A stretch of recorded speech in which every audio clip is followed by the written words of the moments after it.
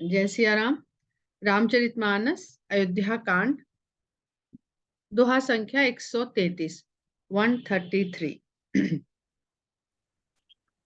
अमर नाग किन्नर दिसिपाला, चित्रकूट आए ते ही काला। जब रामचंद्र जी की पर्ण कुटिया बन गई और वहां पर राम लक्ष्मण सीता सुभीते से रहने लगे।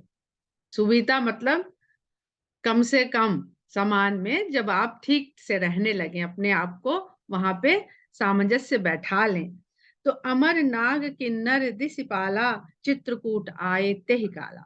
उसी काल में चित्रकूट में, अमर कहते हैं देवताओं को, ये अलग अलग स्थलों में निवास करने वाली जातियां भी थी मनुष्य की, और ब्रह्मांड में देखें तो अलग अलग लोकों में रहने वाले वहां के लोग हैं।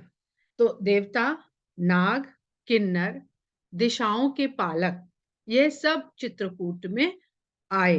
राम प्रणाम कीन्ह सब काहू, मुदित देव लहि लोचन लाहू।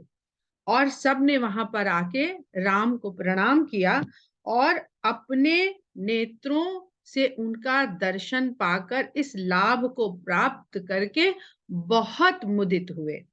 बरषि सुमन कह देव समाजू, नाथ सनाथ भये हम आजू। देवताओं ने पुष्पों की वर्षा की राम के ऊपर और कहे कि हे नाथ, हम आज सनाथ हुए। और सनाथ किसके पास आके हो रहे हैं? जिसके पास कुछ नहीं है। बहुत सुंदर प्रसंग है ये वाला, बहुत ध्यान से सुनिए, समझिए इसको। कर बिनती दुख दुसह सुनाए, हर्षित निज निज सदन सिधाए। ये सब कौन लोग हैं? ये सब वो लोग हैं जिनको पता था कि राम वन में आएंगे। तो उन्होंने उनके सामने विनती करते हुए अपने असहनीय दुखों के बारे में बताया। कौन? ये वो जातियां हैं जो सब सुविधाओं वाला जीवन जीती हैं, जिनके पास ऐसी ऐसी सुख सुविधाएं हैं। तो यहाँ पृथ्वी पर इस काल में जो लोग बहुत सुख सुविधा से जी रहे हैं, वो भी सुखी नहीं है। ये यहाँ पर यही दर्शाता है। और वो किसके पास गए हैं अपने कष्ट बताने? तो सब कुछ त्याग के आके रह रहा है। तो कर विनती दुख दुसह सुनाए, हर्षित निज निज सदन सिधाए। और राम ने उनको आश्वासन दिया। तब वो हर्ष के साथ अपने अपने सदन को लौट गए, अपने अपने धाम को लौट गए। चित्रकूट रघुनंदन छाए, समाचार सुनी सुनी मुनि आए। अब ये राम चित्रकूट में छा गए हैं। छा गए हैं मतलब धीरे धीरे करके ये समाचार एक जन से दूसरे जन तक फैल गया है, और उनकी कीर्ति और उनके यहाँ ठहरने का समाचार छा गया है चित्रकूट में। तो ये समाचार सुन के मुनि जो अलग अलग थोड़ी थोड़ी दूर पे अपने अपने आश्रम कुटिया बना के रह रहे हैं, वो भी वहां पर आए। आवत देख मुदित मुनि वृंदा, कीन्ह दंडवत रघुकुल चंदा। देवता आते हैं तो राम को प्रणाम करते हैं, और राम किनको प्रणाम करते हैं? और वो भी दंडवत प्रणाम करते हैं। जब मुनियों के झुंड को हर्षित मुदित भाव के साथ राम ने आते देखा, तो रघुकुल के चंद्र राम ने उनको दंडवत प्रणाम किया। मुनि रघुबर ही लाई उर लेही, सुफल होन हित आशीष देही। ऐसा देख करके मुनि लोग उनको हृदय से लगा लेते हैं उठाकर, और उनको सफल होने का आशीर्वाद देते हैं। प्रिय सौमित्र, म्यूट कर लीजिए प्लीज। अंजलि जी, आप प्लीज म्यूट कर लीजिए। Sorry sorry. मुनि रघुबर ही लाई उर लेही, सुफल होन हित आशीष देही। मुनि राम को अपने हृदय से लगा लेते हैं और उन्हें सफल होने का आशीर्वाद देते हैं। सिय सौमित्र राम छवि देख ही, साधन सकल सफल करि लेख। और राम लक्ष्मण सीता की जब वो छवि को देखते हैं तो उनको लगता है आज सारे साधन सफल हो गए। कौन से साधन? का मतलब क्या है? साधना, साधन, साधना, साधक। और मुनियों का जीवन अपने को साधने में लगा होता है, और उनका साधन क्या है अपने को साधने के लिए? यही उनका शरीर, काया, ये साधन है। इस पे ही चढ़ के हम इस संसार में जो चाहे विचरण करते हैं।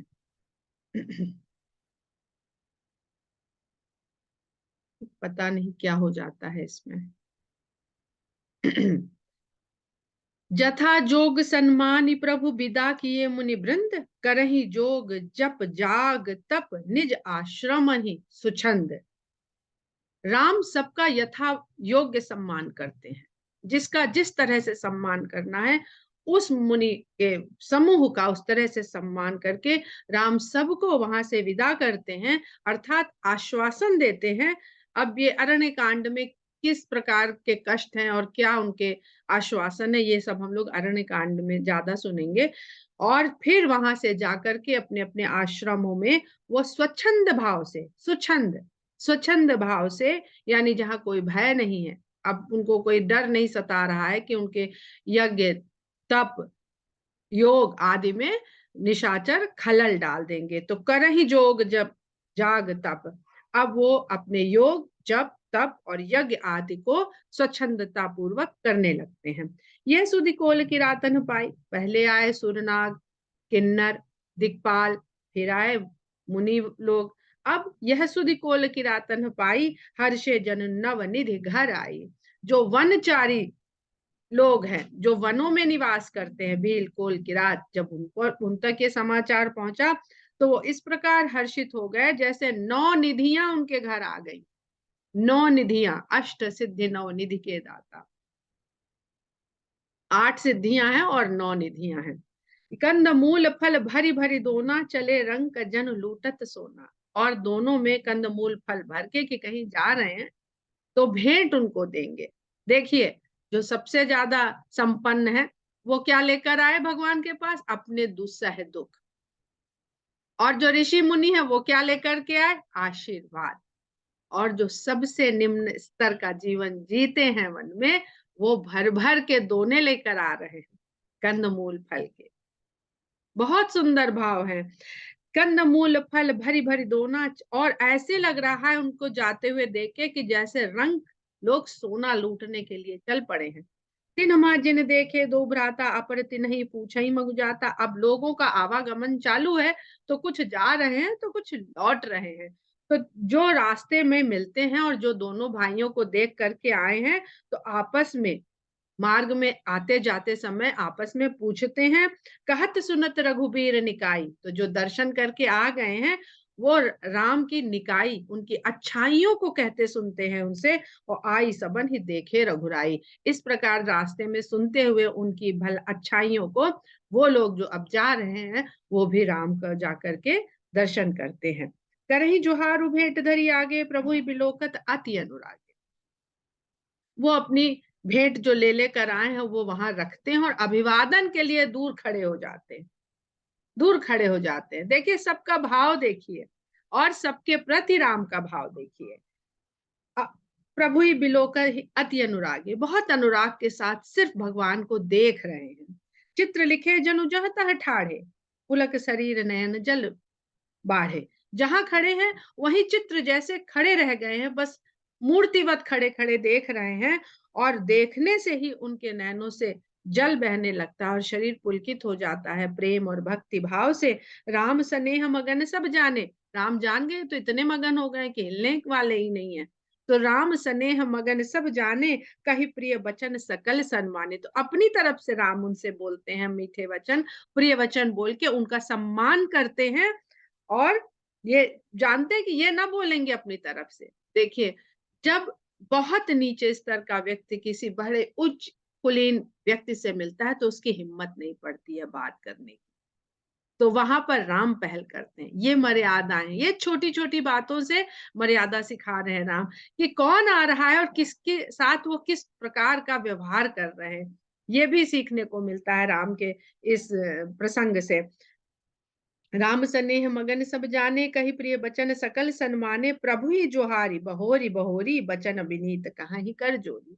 वो भगवान को बार बार अभिवादन करते हैं और विनम्र वचनों में हाथ जोड़कर कहते हैं, अब हम नाथ सनाथ सब भय देखी प्रभु पाए, भाग हमारे आगमन राउर कोसल राय। कहते हैं, हे नाथ, हम अब सनाथ हुए जो आपके चरणों को देख पाए और भाग हमारे, ये हमारे भाग्य के कारण ही आपका आगमन यहाँ हुआ है। और क्या कह के संबोधित करते हैं? कौशल राज। वो राजा कह के संबोधित कर रहे हैं उनको।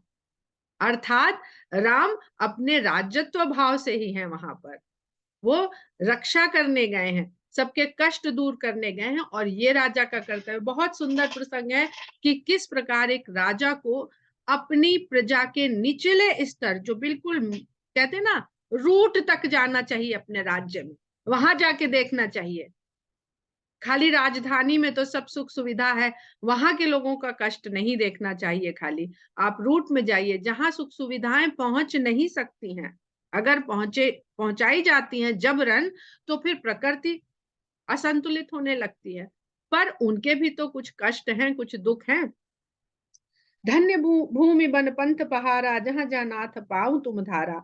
और वो भील की रात क्या कह रहे हैं कि हे नाथ, ये भूमि धन्य हो गई, ये पंथ, ये रास्ता धन्य हो गया, ये पर्वत धन्य हो गया, जहां जहां हे नाथ आपके चरण पड़ गए। धन्य बिहग मृग कानन चारी, सफल जन्म भय तुम्हें निहारी। और ये मृग, ये पक्षी और इस वन में विचरण करने वाले सभी जीव जंतु धन्य हो गए। और आपको देख करके इन सब का जन्म सफल हो गया। यानी सूर नाग किन्नर दिक्पाल, फिर ऋषि मुनि तपस्वी, और फिर कोल भील किरात, और फिर पशु। राम सबके लिए वहां पर उसी प्रकार आनंद दे रहे हैं। हम सब धन्य सहित परिवारा, दीख दरस उभरी नयन तुम्हारा। और हम तो परिवार सहित अपने आप को धन्य मान रहे हैं, क्योंकि हम नयन भर भर के आपका दर्शन कर रहे हैं। कीन बास उभल ठाऊ बिचारी, यहाँ सकल ऋतु रहब सुखारी। तो अब उस वन की स्थिति के बारे में सबसे अच्छी जानकारी किसको होती है? जो वहां पर रहने वाली जंगली जातियां होती है मनुष्य की। तो कह रहे हैं कि न बास उभल ठाऊ बिचारी, आपने बहुत अच्छा स्थान चुना है अपना ठाव बनाने के लिए।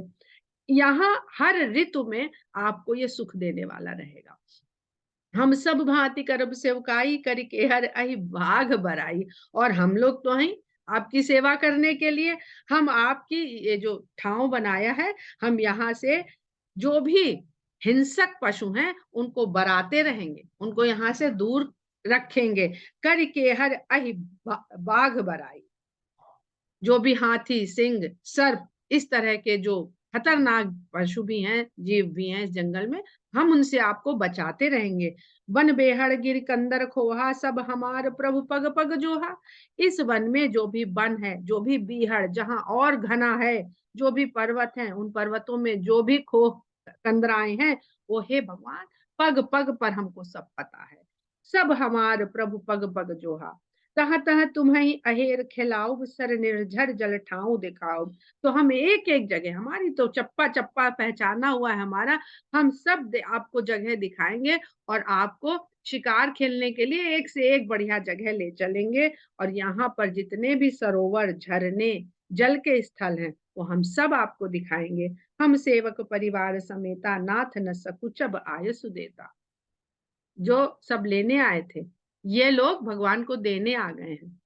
इन्होंने फल फूल भी दे दिया, इन्होंने आश्वासन भी दे दिया। वहां राम से आश्वासन दे रहे हैं देवताओं को, मुनियों को कि जाओ यज्ञ करो, अब हम आ गए। और यहाँ ये आश्वासन देने कि अब डरना नहीं, हम यहीं रहते हैं, सब जानते हैं, सब शेर, चीते, बाघ, हाथी, भालू, सांपों से हम बचाएंगे आपको। भाव देखिए, इसको कहते हैं निश्चल निर्मल भाव।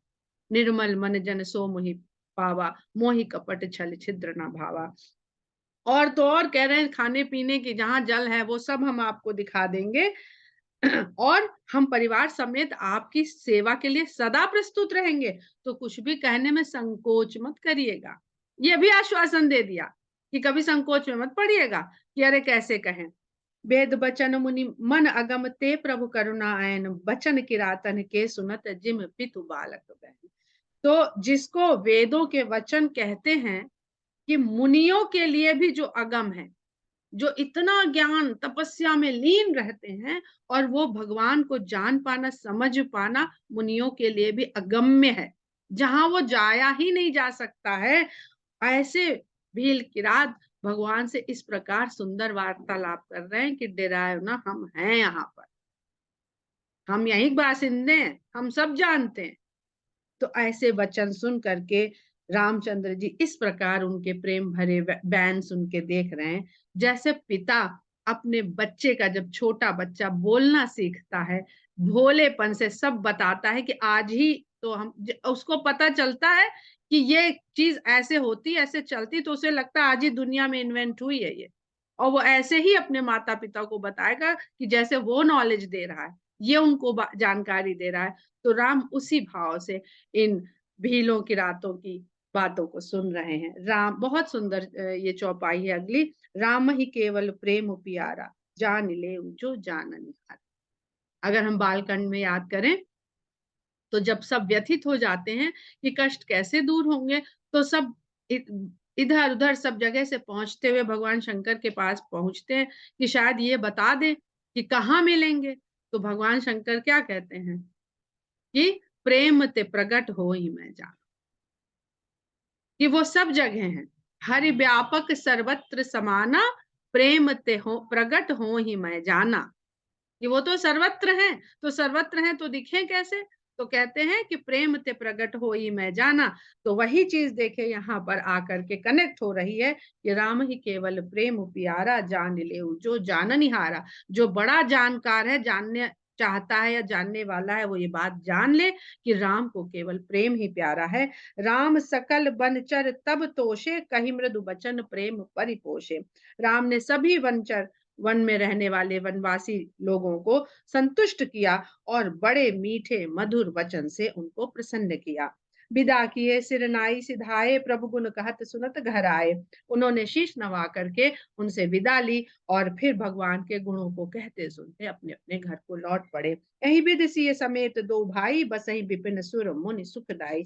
इस प्रकार सीता और लक्ष्मण के साथ, नहीं, एबित सिय समेत दो भाई, इस प्रकार सीता के समेत दोनों भाई वन में वास करने लगे और देवताओं और मुनियों को सुख देने लगे। जब ते आई, अब सिय समेत दो भाई, सीता तो स्वयं प्रकृति है, तो सीता तो वहां विराजमान है प्रकृति स्वरूप में। अब वहां पर सहायक उनकी केवल और केवल सीता है। धनुर्धारी राम है, पर सहायक अब सीता ही है, क्योंकि सीता ही प्रकृति स्वरूपा है।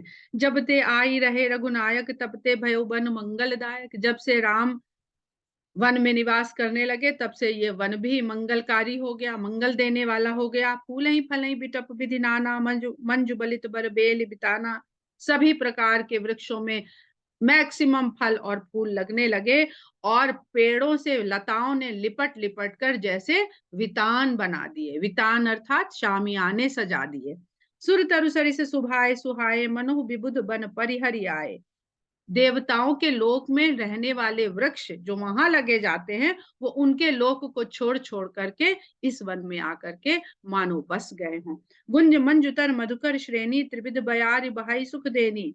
चारों ओर भंवरों की पंक्तियां गुंजन करती हुई फिरती हैं, और त्रिविध बयार, तीन प्रकार की सुख, सुखदाई, सुगंधित, मंद और शीतल, ऐसी वायु निरंतर वहां बहती रहती है।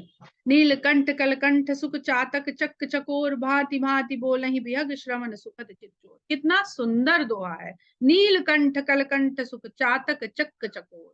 नीलकंठ कोयल, तोता, पपीहा, चकवा, चकोर, भांति भांति के पक्षी अपनी भांति भांति की बोलियां सदा वहां निकालते रहते हैं, और जिनको सुनने से सुख भी देते हैं वो, और चित्त को चुरा लेते हैं। तो चित्त को चुराता कौन है, सुख देता कौन है? प्रकृति।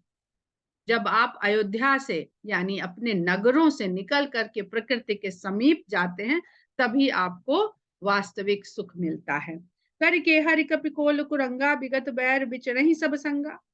हाथी, सिंह, बंदर, हिरण और सुअर, ये सब आपसी बैर भुलाकर, विगत बैर, विगत यानी विगत, चले जाना, और बैर अर्थात दुश्मनी, अपने बैर को भूल करके सब संग संग विचरण करते हैं। फिरत अहेर राम छवि देखी, हो ही मुदित मृग वृंद बिसेखी। और जब शिकार के लिए निकलते हैं आसपास से और राम को देख लेते हैं तो सब के सब पशुओं के झुंड आनंद मग्न हो जाते हैं। विबुध विपिन जहाँ लग जग माही, देख राम बन सकल सिपाही।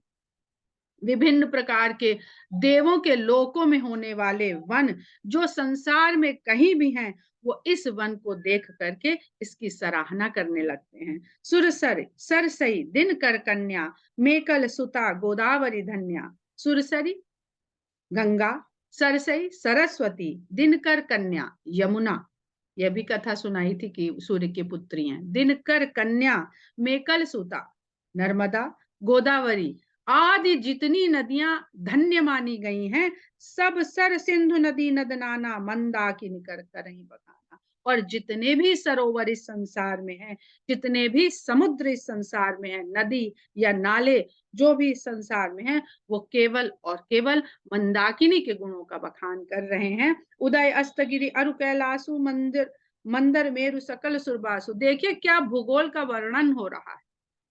पूरी भूगोल यहाँ पे भारतवर्ष की बताया जा रहा है। उदयाचल, अस्ताचल, कैलाश, मंदराचल, सुमेर, ऐसे ऐसे पर्वत जहां देवताओं का निवास है। तो ऐसे लगता है कि इन स्थलों में जो लोग निवास करते थे उनको ही सुर या देवता कहा जाता था। इस पृथ्वी पर शैल हिमाचल आदिक जेते, हिमाचल पर्वत, हिमालय आदि जितने भी पर्वत हैं, चित्रकूट जस गावहि तेते, वे सब के सब चित्रकूट के गुणगान गा रहे हैं। विंध्य मुदित मन सुख न समाई, श्रम बिनु विपुल बड़ाई पाई। और विंध्य पर्वत मन ही मन में इतना सुखी हो रहा है कि सुख समा नहीं रहा, सोच रहा है मैंने तो बिना कुछ किए ही बड़ाई पा ली, क्योंकि चित्रकूट विंध्याचल रेंज में आता है। चित्रकूट के बिहग मृग बेल बिटप तृण जाति। अब इसको कोई पढ़े रामचरितमानस को तो इतिहास भी पढ़ रहा है, भूगोल भी पढ़ रहा है, संस्कृति भी पढ़ रहा है, सदाचार भी पढ़ रहा है, सब कुछ पढ़ रहा है। तभी कहते हैं कि इसमें सब कुछ है। चित्रकूट के बिहग मृग बेल बिटप तृण जाति, पुण्य पुंज सब धन्य से कहाँ ही देव दिन रात। देवता दिन रात ये कहते नहीं थकते हैं कि चित्रकूट के पशु पक्षी वृक्ष बेलें, यहाँ तक कि घास तिनके तक, ये भैया सबसे बड़े पुण्यों का ढेर इन्हीं के पास है। 84 लाख योनियों में वनस्पतियां भी आती हैं, तो सबसे अधिक पुंज इन्हीं ने किया है। और ये धन्य हो रहे हैं कि यहाँ पर इस प्रकार राम वास कर रहे हैं। नयनवंत रघुबर ही बिलोकी, पाई जन्म फल हो ही बिसोकी। क्योंकि ये जी भर भर के राम का दर्शन पाते हैं और जन्मों का फल पाते हैं, शोक से मुक्त हो जाते हैं। परस चरण रज अचर सुखारी, भये परम पद के अधिकारी। जिन जिन स्थलों पे राम के चरण का स्पर्श हो रहा है, वहां की रज राम के चरणों को स्पर्श कर रही है, वो सब परम पद के अधिकारी होते जा रहे हैं। सो बनु शैल सुभाए सुहावन, मंगल में अति पावन पावन। सो बनु शैल सुभाए सुहावन, वो वन और वो पर्वत वो सुंदर और मंगलकारी सुहावना हो गया है, और पावन का से भी पावन हो गया है। जिस प्रकार पवित्रता पवित्र हो सकती है, ये स्थान अब उस पवित्रता से भी पवित्र हो गया है। अर्थात वहां पे आ करके राम बसे, उन्होंने जिस तरह का आचरण किया, तो वो पता चला संसार को कि पावनता किसको कहते हैं। रघुपति राजगौ राजा राम, जिसमें पतित पावन सीताराम, पतित को पावन करने वाले।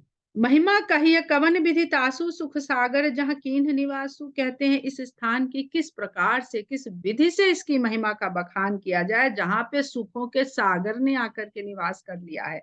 पय पयोधि तज अवध बिहाई, जहाँ सिय लखनु राम रहे आई।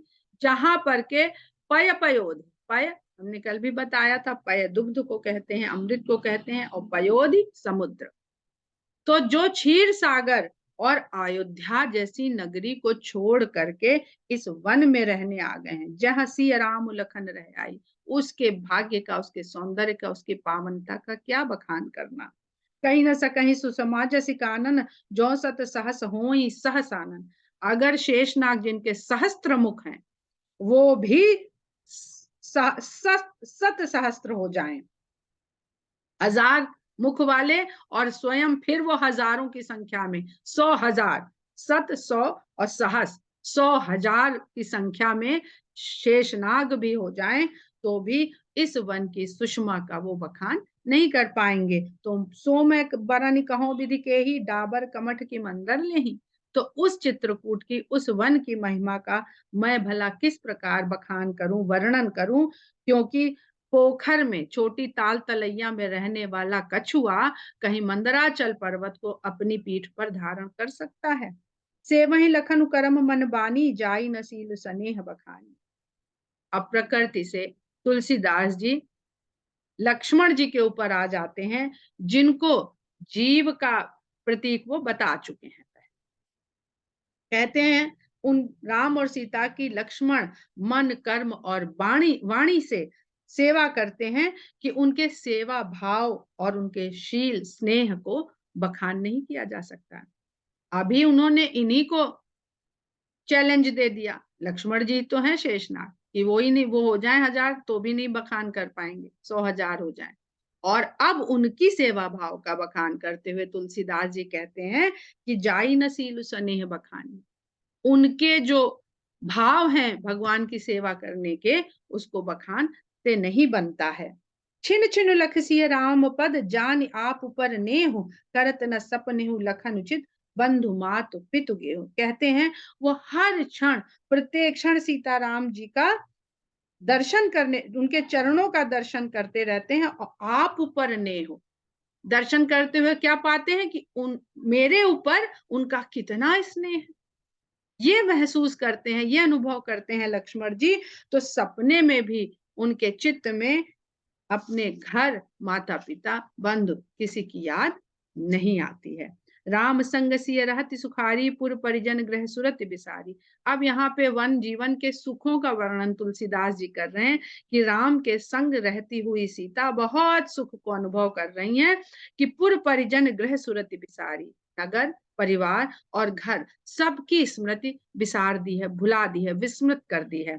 छिन छिन पिय विधु बदन निहारी, प्रमुदित मनहु चकोर कुमारी। हर क्षण वो अपने प्रिय का बदन देखते हुए, मुख देखते हुए, यहाँ पर जो बदन है वो उर्दू वाला बदन नहीं, हिंदी वाला है, जिसको मुख कहते हैं। तो उनके मुख को निहारते हुए, चंद्रमा के समान उनके मुख को निहारते हुए ऐसे प्रसन्न होती हैं जैसे चंद्रमा को देख करके चकोरी प्रसन्न हो जाती है। नाह नेहु नित बढ़ई बिलोकी, हर्षित रहाई दिवस जिमिको की। इसमें मुझे नाह नेहु शब्द इतना सुंदर लगा पढ़ते समय, नाह नेहु नित बढ़त बिलोकी, कितना सुंदर इसमें छंद और शब्द का भाव है। नाह नाथ को कहा है तुलसीदास जी ने, और नेहु स्नेह को कहा है। कहते हैं कि नाह नेह नित बढ़त बिलोकी, जो नाथ का नेह उनकी तरफ नित बढ़ रहा है, उसको देख करके हर्षित रहती दिवस जिमिको की, वो इस प्रकार हर्षित रहती हैं जैसे दिवस को देख करके चकवी हर्षित रहती है। यानी वो रात में भी हर्षित हैं और दिन में भी हर्षित हैं। सिय मनुराम चरण अनुरागा, अवध सहस सम बन प्रिय लागा। कहती हैं कि सिय मनुराम, सिया का मन राम के चरणों में इस प्रकार अनुरक्त है, इस प्रकार अनुराग से भरा हुआ है कि अवध सहस सम बन प्रिय लागा, कि अगर अवध सहस सम, अयोध्या जो है, उनका जो वन है वो हजारों अयोध्याओं से बढ़कर भी उनको इस समय प्रिय लगता है। परन कुटी प्रिय प्रियतम संगा, प्रिय परिवार कुरंग विहंगा। और वो क्यों नहीं अपने नगर और परिवार को याद करती हैं, क्योंकि पर्णकुटी में अपने प्रिय प्रियतम के संग रहते हुए उनका प्रिय परिवार ये कुरंग और विहंग है, वहां पर विचरण करने वाले पशु और पक्षी हैं। सास ससुर सम मुनि तिय मुनिबर, जो मुनियों की स्त्रियां हैं, मुनि त्रिया शब्द से आया, त्रिया जो स्त्री के लिए कहते हैं, तो मुनियों की जो स्त्रियां हैं वही उनके मुनि और उनकी स्त्रियां उनके लिए सास ससुर के समान है। असनु अमीय सम कंद मूल फल, और जो कंद मूल फल खाती हैं वो उनको अमृत के समान व्यंजन लगते हैं। नाथ नाथ साथ हरी सुहाई, मयन सैन सय सम सुखदाई। अपने नाथ के साथ साथरी का जो उनका बिछौना है वो कामदेव के अनेक सुखदाई, बहुत विश्राम के लिए जो सबसे ज्यादा आरामदायक बिस्तर है, उससे भी बढ़ के सुखदाई है। लोकप होई, बहुत सुंदर चौपाई है, इसको ध्यान से सुनिए। लोकप होई बिलोकत जासू, तेहि की मोहि सक विषय विलास। जिसकी दृष्टि मात्र से लोक लोकपति हो जाते हैं। लोकप होहि बिलोकत जासू, जिसके देखने भर से जीव लोकपति हो जाता है, उसको ये विषय विलास भला आकर्षित कर सकता है। सुमिरत, बहुत अच्छा दोहा है ये। सुमिरत राम ही तजहि जन, तृण सम विषय विलास, राम प्रिया जग जननि सिय, कछु न आचर जुबास। जिसके नाम का स्मरण कर लेने से साधारण जीव भी भोग विलास को तिनके के समान त्याग देने की क्षमता रखता है, तो राम की प्रिया सीता के लिए ये भोग विलास को त्याग देना कौन से आश्चर्य की बात। बहुत सुंदर ये आखिरी चौपाई, लोकप होहि बिलोकत जासू, जहां पर वो सीता माता जो आदि शक्ति हैं उनका बखान कर रहे हैं, और फिर वो बता देते हैं कि वो राम की प्रिया होने के कारण उनके लिए ये सब रचना तो बहुत आसान है, उसमें वो भी व्याप्त नहीं होती है। तो जिस प्रकार ब्रह्म माया में व्याप्त नहीं है, माया भी अपनी माया में व्याप्त नहीं है, वो खाली जीव वहां पर भ्रम में पड़ा रहता है, वो खाली जीव को भरमाती हैं, स्वयं वो भी नहीं व्याप्त होती हैं। यहीं पर हम लोग आज की कथा का विराम करते हैं। जय सिया राम।